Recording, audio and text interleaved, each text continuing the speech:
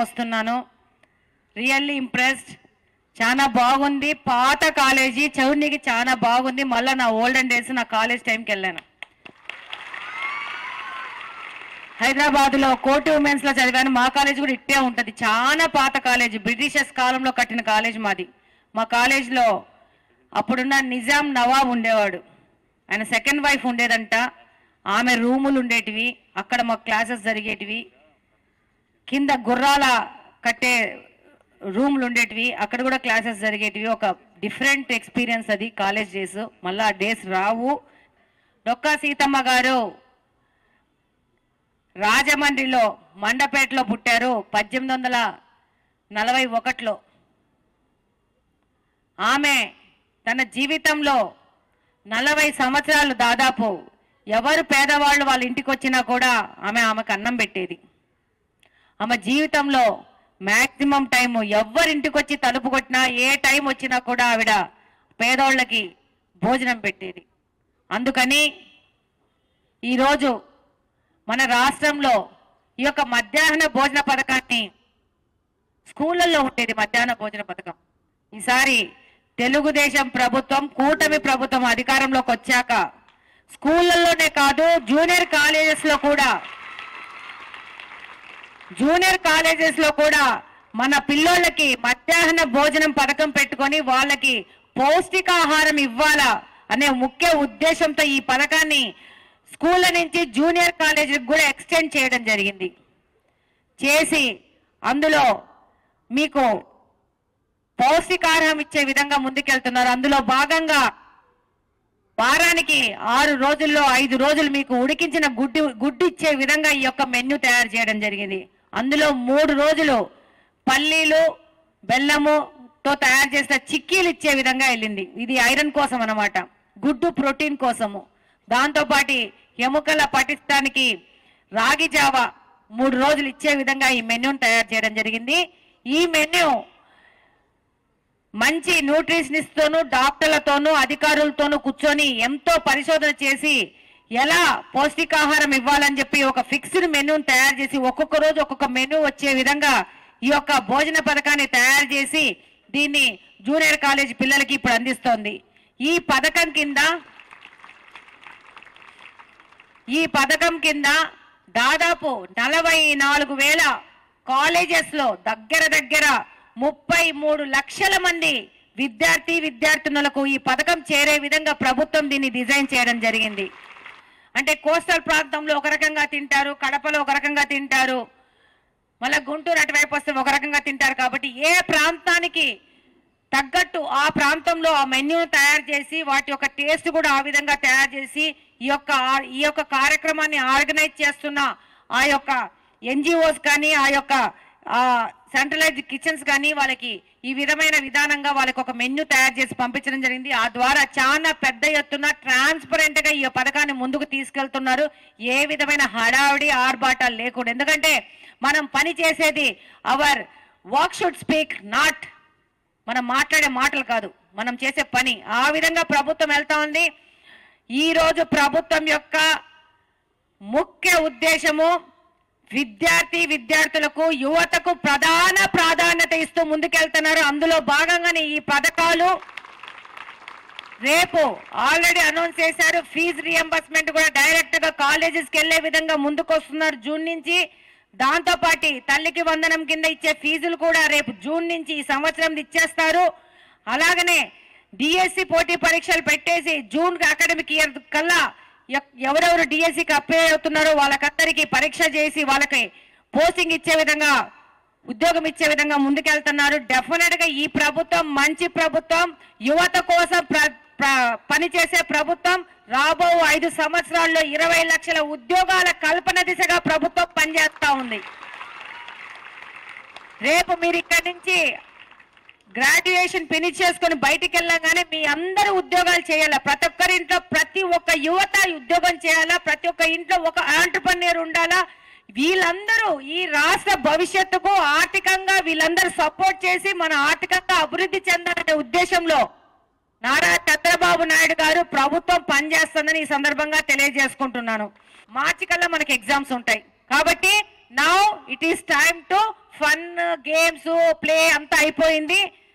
సంక్రాంతి అయిపోయినప్పటి నుంచి చక్కగా చదువుకొని మంచి మార్క్స్, ఒకరు ఇంకొకరితో పోటీ పడతా చదువుకొని మంచి మార్క్స్ తీసుకురావాలా, కడప జిల్లాకు పేరు తేవాలా, మీ అమ్మా నాన్నలకు పేరు తేవాలా, మీకు చదువు చెప్పిన మీ టీచర్లు, లెక్చరర్స్, ప్రిన్సిపల్స్ కు పేరు తేవాలా, అలాగనే నాకు కూడా పేరు తేవాలా. మనం ఇక్కడ మహిళ గెలిచినాక మహిళల ఉత్తీర్ణత శాతం కడపలో పెరిగిందని పేరు తెచ్చుకోవాలా. ఏమంటారు? వస్తున్నాను, రియల్లీ ఇంప్రెస్డ్. చాలా బాగుంది. పాత కాలేజీ చౌర్నికి చాలా బాగుంది. మళ్ళీ నా ఓల్డెన్ డేస్ నా కాలేజ్ టైంకి వెళ్ళాను. హైదరాబాద్లో కోటి ఉమెన్స్ లో చదివాను. మా కాలేజ్ కూడా ఇట్టే ఉంటుంది. చాలా పాత కాలేజీ, బ్రిటిషర్స్ కాలంలో కట్టిన కాలేజ్ మాది. మా కాలేజ్లో అప్పుడున్న నిజాం నవాబ్ ఉండేవాడు. ఆయన సెకండ్ వైఫ్ ఉండేదంట. ఆమె రూములు ఉండేటివి, అక్కడ మా క్లాసెస్ జరిగేటివి.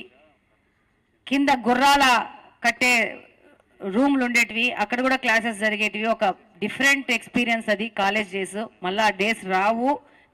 డొక్కా సీతమ్మ గారు రాజమండ్రిలో మండపేటలో పుట్టారు 1841లో. ఆమె తన జీవితంలో 40 సంవత్సరాలు దాదాపు ఎవరు పేదవాళ్ళు వాళ్ళ ఇంటికి వచ్చినా కూడా ఆమెకు అన్నం పెట్టేది. ఆమె జీవితంలో మ్యాక్సిమం టైము ఎవరింటికి వచ్చి తలుపు కొట్టినా, ఏ టైం వచ్చినా కూడా ఆవిడ పేదోళ్ళకి భోజనం పెట్టేది. అందుకని ఈరోజు మన రాష్ట్రంలో ఈ యొక్క మధ్యాహ్న భోజన పథకాన్ని, స్కూళ్ళల్లో ఉండేది మధ్యాహ్న భోజన పథకం, ఈసారి తెలుగుదేశం ప్రభుత్వం, కూటమి ప్రభుత్వం అధికారంలోకి వచ్చాక స్కూళ్ళల్లోనే కాదు జూనియర్ కాలేజెస్ లో కూడా మన పిల్లోళ్ళకి మధ్యాహ్న భోజనం పథకం పెట్టుకొని వాళ్ళకి పౌష్టికాహారం ఇవ్వాలా అనే ముఖ్య ఉద్దేశంతో ఈ పథకాన్ని స్కూళ్ళ నుంచి జూనియర్ కాలేజీకి కూడా ఎక్స్టెండ్ చేయడం జరిగింది. చేసి అందులో మీకు పౌష్టికాహారం ఇచ్చే విధంగా ముందుకెళ్తున్నారు. అందులో భాగంగా వారానికి 6 రోజుల్లో 5 రోజులు మీకు ఉడికించిన గుడ్డు ఇచ్చే విధంగా ఈ యొక్క మెన్యూ తయారు చేయడం జరిగింది. అందులో 3 రోజులు పల్లీలు, బెల్లముతో తయారు చేసిన చిక్కీలు ఇచ్చే విధంగా వెళ్ళింది. ఇది ఐరన్ కోసం అన్నమాట, గుడ్డు ప్రోటీన్ కోసము. దాంతోపాటు ఎముకల పటిష్టానికి రాగి జావ 3 రోజులు ఇచ్చే విధంగా ఈ మెన్యూని తయారు చేయడం జరిగింది. ఈ మెన్యూ మంచి న్యూట్రిషనిస్ట్తోనూ, డాక్టర్లతోనూ, అధికారులతోనూ కూర్చొని ఎంతో పరిశోధన చేసి ఎలా పౌష్టికాహారం ఇవ్వాలని చెప్పి ఒక ఫిక్స్డ్ మెన్యూని తయారు చేసి ఒక్కొక్క రోజు ఒక్కొక్క మెన్యూ వచ్చే విధంగా ఈ యొక్క భోజన పథకాన్ని తయారు చేసి దీన్ని జూనియర్ కాలేజ్ పిల్లలకి ఇప్పుడు అందిస్తోంది. ఈ పథకం కింద దాదాపు 44,000 కాలేజెస్ లో దగ్గర 33 లక్షల మంది విద్యార్థినులకు ఈ పథకం చేరే విధంగా ప్రభుత్వం దీన్ని డిజైన్ చేయడం జరిగింది. అంటే కోస్టల్ ప్రాంతంలో ఒక రకంగా తింటారు, కడపలో ఒక రకంగా తింటారు, మళ్ళీ గుంటూరు అటువైపు వస్తే ఒక రకంగా తింటారు. కాబట్టి ఏ ప్రాంతానికి తగ్గట్టు ఆ ప్రాంతంలో ఆ మెన్యూను తయారు చేసి వాటి యొక్క టేస్ట్ కూడా ఆ విధంగా తయారు చేసి ఈ యొక్క కార్యక్రమాన్ని ఆర్గనైజ్ చేస్తున్న ఆ యొక్క ఎన్జిఓస్ కానీ, ఆ యొక్క సెంట్రలైజ్డ్ కిచెన్స్ కానీ వాళ్ళకి ఈ విధమైన విధానంగా వాళ్ళకి ఒక మెన్యూ తయారు చేసి పంపించడం జరిగింది. ఆ ద్వారా చాలా పెద్ద ఎత్తున ట్రాన్స్పరెంట్ గా ఈ పథకాన్ని ముందుకు తీసుకెళ్తున్నారు. ఏ విధమైన హడావిడి ఆర్భాటాలు లేకుండా. ఎందుకంటే మనం పని చేసేది our work should speak, not మనం మాట్లాడే మాటలు కాదు, మనం చేసే పని. ఆ విధంగా ప్రభుత్వం వెళ్తా ఉంది. ఈ రోజు ప్రభుత్వం యొక్క ముఖ్య ఉద్దేశము విద్యార్థులకు, యువతకు ప్రధాన ప్రాధాన్యత ఇస్తూ ముందుకెళ్తున్నారు. అందులో భాగంగానే ఈ పథకాలు రేపు ఆల్రెడీ అనౌన్స్ చేశారు. ఫీజు రియంబర్స్మెంట్ కూడా డైరెక్ట్ గా కాలేజెస్కి వెళ్లే విధంగా ముందుకు వస్తున్నారు జూన్ నుంచి.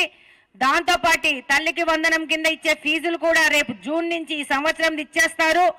అలాగనే డిఎస్సి పోటీ పరీక్షలు పెట్టేసి జూన్ అకాడమిక్ ఇయర్ కల్లా ఎవరెవరు డిఎస్సికి అప్లై అవుతున్నారో వాళ్ళకందరికీ పరీక్ష చేసి వాళ్ళకి పోస్టింగ్ ఇచ్చే విధంగా, ఉద్యోగం ఇచ్చే విధంగా ముందుకెళ్తున్నారు. డెఫినెట్ గా ఈ ప్రభుత్వం మంచి ప్రభుత్వం, యువత కోసం పనిచేసే ప్రభుత్వం. రాబో 5 సంవత్సరాల్లో 20 లక్షల ఉద్యోగాల కల్పన దిశగా ప్రభుత్వం పనిచేస్తా ఉంది. రేపు మీరు ఇక్కడి నుంచి గ్రాడ్యుయేషన్ ఫినిష్ చేసుకుని బయటికి వెళ్ళగానే మీ అందరూ ఉద్యోగాలు చేయాలా. ప్రతి ఒక్కరి ఇంట్లో ప్రతి ఒక్క యువత ఉద్యోగం చేయాలా. ప్రతి ఒక్క ఇంట్లో ఒక ఆంట్రప్రెన్యూర్ ఉండాలా. వీళ్ళందరూ ఈ రాష్ట్ర భవిష్యత్తుకు ఆర్థికంగా వీళ్ళందరూ సపోర్ట్ చేసి మన ఆర్థికంగా అభివృద్ధి చెందాలనే ఉద్దేశంలో నారా చంద్రబాబు నాయుడు గారు ప్రభుత్వం పనిచేస్తుందని ఈ సందర్భంగా తెలియజేసుకుంటున్నాను. మార్చి కల్లా మనకి ఎగ్జామ్స్ ఉంటాయి కాబట్టి now it is time to fun, games, play అంతా అయిపోయింది. సంక్రాంతి అయిపోయినప్పటి నుంచి చక్కగా చదువుకొని మంచి మార్క్స్ ఒకరు ఇంకొకరితో పోటీ పడతా చదువుకొని మంచి మార్క్స్ తీసుకురావాలా. కడప జిల్లాకు పేరు తేవాలా. మీ అమ్మా నాన్నలకు పేరు తేవాలా. మీకు చదువు చెప్పిన మీ టీచర్లు, లెక్చరర్స్, ప్రిన్సిపల్స్ కు పేరు తేవాలా.